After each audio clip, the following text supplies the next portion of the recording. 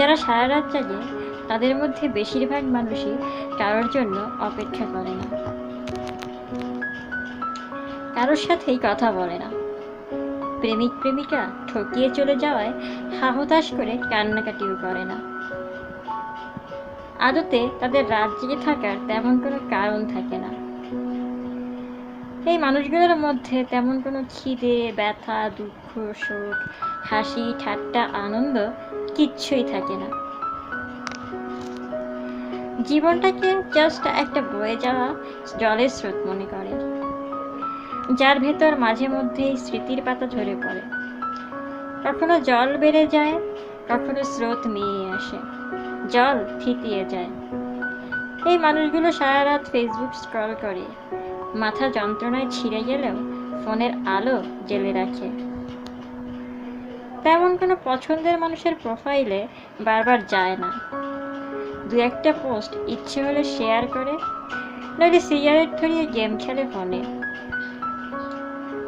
কারোর মেসেজ আসার অপেক্ষা করে না। কেউ কোনোদিন হুট করে মেসেজ দিয়ে যদি জিজ্ঞেস করে, কি ব্যাপার, এত রাতে ঘুমাননি? মানুষগুলো চমকে ওঠে। কি বলবে বুঝতে পারে না, খেই হারিয়ে ফেলে। দু একটা কথা বলেই পালিয়ে যায়, ফেসবুক অফ করে দেয়। মানুষগুলো একা থাকতে চায় না, কিন্তু কাউকে নিজের জীবনে নিয়ে আসার আমন্ত্রণ জানায় না। কাউকে আনতে চায় না, আবার যদি আঘাত পায় এই ভয়ে। এই মানুষগুলোর ভিতর শোক, দুঃখ, ব্যথা থাক বা না থাক, অসম্ভব একটা আত্ম অহংকার কাজ করে, একটা জেদ কাজ করে। স্রেফ একাই নিজের জীবন কাটিয়ে দেওয়ার জেদ কাজ করে অসম্ভবভাবে।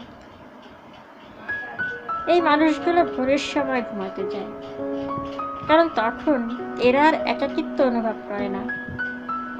তখন শান্তিতে ঘুমায়, অনেকক্ষণ ঘুমায়।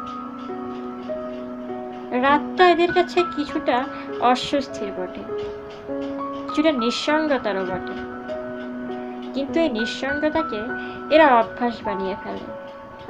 তাই ঘুম পেলেও সারা রাত জেগে থাকে আলো জ্বেলে।